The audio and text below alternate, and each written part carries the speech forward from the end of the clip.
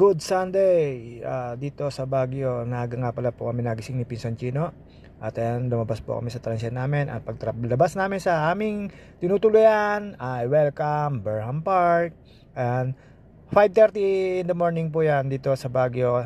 Naisipan po namin ni Pinsan Chino na pumunta kami at maglakad-lakad dyan sa Burnham Park. Tapos dumiretso kami sa may Baguio Cathedral. Siyempre, ano pang gagawin sa Baguio Cathedral? Wala namang ibang gagawin doon. Kundi siyempre, magmisa ka at umatin ng simba para din sa kaming kapanatagan sa pagbiyahe at sa paggagala dito sa Baguio. Tapos ayan po, may nakasalubong po kami dyan ng mga AFP or sundalo na nagte-training. Nandyan po kami yan sa I Love Baguio. Ayan po, dahan-dahan lang po kami dyan, dire-diretso. Tapos ayan, Burnham Park po yan. Hasta mekos-mekos lang po kami dyan sa Burnham Park. At ang dami na pong gising at nag-jogging. May nakita na po kami nagsisimba dyan. At syempre magpapakita po ang bida, madaling araw po yan. At napakalamig po dyan, pero tiis-tiis lang po. Baka masabihan matanda tayo. Ayan, naglakad na po ako dyan mag-isa. At syempre mekos-mekos na yan. At dire-diretso lang po tayo dyan. At ayan po yun, dire-diretso lang po ang kalsada na yan. At yan, malamig na yan. Siyempre, papakitang bida. At yan, mekos-mekos lang, dire-diretso lang po tayo dyan. At yan, at after po noon, nakita po namin yan. Pagkaliwa namin doon sa may Burnham Park, sa may arkilahan ng bike. At nakita na po namin yung isang pulutong na yan na nag-training. At makikita po namin yan mamaya sa pupuntahan namin sa Olympic Pool ng Baguio City. At after po noon, siyempre, at nandiyan na kami sa Harrison Road. Tatawid po kami papuntang Session Road. Doon po kami dadaan, maglalakad para papunta ng Baguio Cathedral. At yan, siyempre, hindi po kayo pwedeng maglakad basta tumawid sa basta-bastang kalsada kasi po madami pong naninita dyan at baka matikitan kaya ng 500. Malaki-laki din yun para sa paggagala. Ayan po, nagpakita po ang bida dyan, nagpapakit po yan. Madaling araw pa rin po yan, kaya medyo malamig dyan. Basta focus lang po kami dyan. Tapos ayan, nakarating na kami sa Session Road. After ng Session Road, ayan, papaning na po kami, nagliliwanag na po dyan sa Session Road. Dyan uli kami dumaan kasi wala naman po kayo bang dadaan ng paglalakad. Kundi ang Session Road, papanig ng Baguio Cathedral.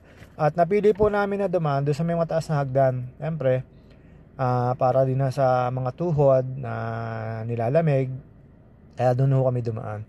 At hindi ko kayo pwede basta tumawid dyan. Kaya hanap po kayo ng pedestrian lane sa mga nagpupunta ng Baguio. At nakakaya naman po sa mga taga Baguio. May disiplina po sila lalo sa pag-yosi. Wala ko kayo makikita nag-yosi dyan o nagbe-vape basta-basta. At sa tamang tawiran lang po tayo dapat para hindi po tayo masitan ng mga kapulisan o ng mga ibang taga rito na siyempre nakakaya naman sila. May disiplina tayo mga turista. Hindi man lang tayo susunod sa kanila.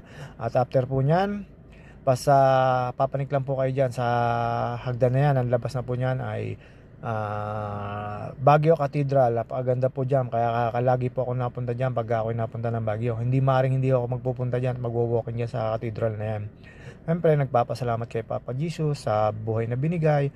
Tapos sa kalakasan. Tapos sa mga lahat ng nararanasan natin sa mundo, nagbigay ni Lord. Nagpapasalamat tayo. Kaya ang JT sa akalan po, kala nyo po may isa na banal-banal tayo. Ayan, tinapos po namin yan. Matapos nyo po yung hagdan na yan, makikita nyo na po dyan yung entry sa tagiliran ng Baguio Cathedral. Yan po yung gilid, dyan po kayo papasok. At swerte naman po kami at inabot namin ang misa. At ayan po, nasinerte na po, napagpanig po namin dyan. At after po nyan, last hagdan na yan, at nagmimisa po si Father. At ayun po, syempre, hindi naman po pwedeng hindi tayo magsisimba. At nandiyan na po yung misa. Ayan po yun. Tagiliran lang po yan. Tagiliran lang po yan ng Baguio Cathedral. Ayun po yung harapan. Yan, nasa kanan na yan.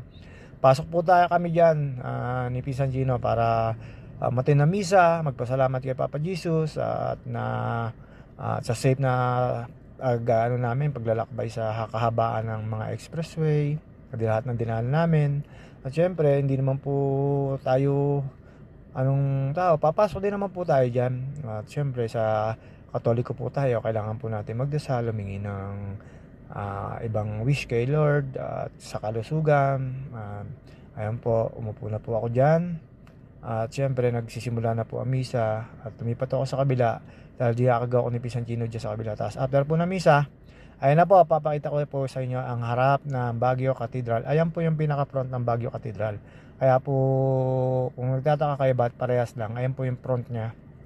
Diyan po kayo maglalakad. Marami po napasok na dyan kasi meron pang second mass dyan kasi Sunday ngayon. At yan, medyo may kaginawan. And after po namin dyan, syempre, lalakad lang uli tayo. Ayan, ayun na po yung pababa ng Baguio Cathedral. Ayan. Hocus Pocus na wa, Mekos na yan, Tornado na yan, mga insan, more masala. At ayan po, after po niya namin magsimba, dumiretso kami sa may Olympic pool ng Baguio. Diyan po sa Baguio, syempre, marami po tayo diyan nakikita at lakad-lakad po kami ni Pinsan Chino diyan. Pagpasok po diyan sa loob, syempre, papakit po kami diyan ni Pinsan Chino. Pasok lang po kami diyan ni Pinsan Chino. Pagpasok po namin diyan ni Pinsan Chino diyan sa Olympic pool, titigilin po kayo ng guard kasi may bayad na po siya ngayon. 25 pesos pagka po kayo regular na walking dyan na magpapapawis, 10 pesos pagka ikaw ay government employees. At ayan, nagbayad na po si Pinsan Chino, nilampasan ko na po siya dyan. Siyempre, ang bida, magpapakit yan, tatali niya ng sapatos niya, peeling yan, pero magwo-walking lang naman, siyempre. Papakit lang naman siyempre si JT sa akalam dyan. Ayan. At after po niyan, siyempre, may mga kasabay ho kami dyan na mga nagpupulis at nagsusundalo at napakasarap naman po makita sila dyan na nagte-training. Ayan po yung nasa likod ko, nagte-training po yan. Ayan, nagpapakita, ang tagal po magtali ng sapatos ni JT sa akalam, feeling pakit kala mo atleta pero siyempre hindi naman pwedeng hindi ko yayakagin dyan si Pinsan Chino na mag-walking dyan kasi dito lang meron yan. At ayan po, pagkatapos ko po nun, ngayon, sabay na po tayo, walking lang. Ayan, ate, shoutout sa'yo, ang gandang officer niyan. At ayan po, ang dami po nagte-training ngayon dyan. At napatsyempa naman kasi Sunday, kaya po napakasarap po mag-walking dyan. Ayan po. At may nakasabay po ang mga AAP dyan. At nagsisisigaw. Ayan yung mga nasa likod na nakaitim na yan. Makakasabay ko po mamaya. Ayan, makikita nyo po. Siyempre, feeling commander ako dyan. Akala nyo mataas na officer. Pero saan ka? Nagmamarites lang po ako dyan. Hindi po ako kasali dyan sa mga yan. Makita nyo na po, iba uniform ko. Yung uniform kong yan ay kahapon ko pa suot. Hindi pa ako naliligo kasi maginaw. At ayan po, makikita nyo, nausok-usok na naman ang bibig ko dyan. Sobrang lamig. Ayan, panayambog ako na naman ng usok dyan.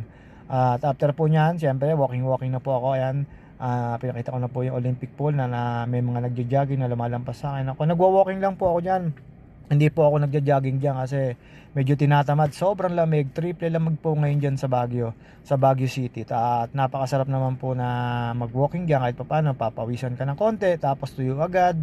Mapapagod ka ng konti, mawawala agad ang pagod. Ayun, si ate, shoutout sa'yo. Dire-diretso lang po yan. Nalimutan ko na mayroon siyang may tao nga pala sa likod ko. Pasensya na po, minsan nagkakamali lang sa haba ng ating mga sinasabi. At ayan po mga sinabayan ko. Left, right, left, right, left, right, left. Left, right, left, right, left, right, left. Ayan po yung sinasabi ko sa inyo, sinabayan ko.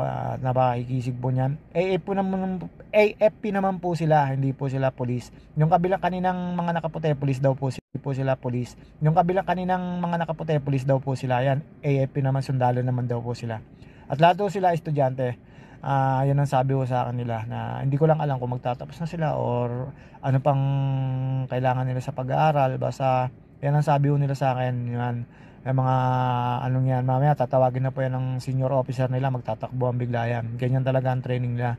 Mga ka-GT sa akalam, nagpunta ho kami yan. After nyan, nagpunta ko kami naman sa palengke. At syempre, hindi man pwedeng hindi mamimili sa palengke at kailangan mamili. At ayan, punta kami ni Pinsan Chino papalengke. Pag nakita nyo po yan, galing kayong Burnham Park, yung mga tuloy na yan, tapos diretsuhin nyo lang yan. At yung kalsada na yan, tandaan nyo yan. At after po nyan bridge na yan, meron nung kaliwaan dyan. Kakaliwaan na ho kayo dyan para makita nyo yung bilihan ng mga pasalubong. Dyan ako namimili kada pupunta ako ng Baguio. At lalo may nagpapadrive sa akin. Siyempre, on-call driver tayo. Kaya, dyan ako namimili. Dyan ho kasi mura. Kung makakamura ka ng 5 piso, 10 piso, malaking bagay na po yan para sa mga kagaya kong driver na on-call driver. Ayan po, kakaliwa po kayo dyan. Napakalamig pa rin po dyan, pero kaya na naman po kasi napagpapawis na kami ng konti dun sa obstacle pool ng Baguio. Pagpasok nyo po dyan, ayan na po, makikita nyo na po yung pamilihan na yan. At syempre, ang JT sa akalam, yan ang mga gusto. Minsan, dyan yung papasok ka dyan, tapos hahanapin mo yung karinderyang pinakamasarap dyan, ituturo naman ng mga taga Baguio yun, kahit papano. Doon kayo kumain, ganyan. At yun, Hanap-hanap lang po tayo dyan, may cosmetics lang po tayo dyan.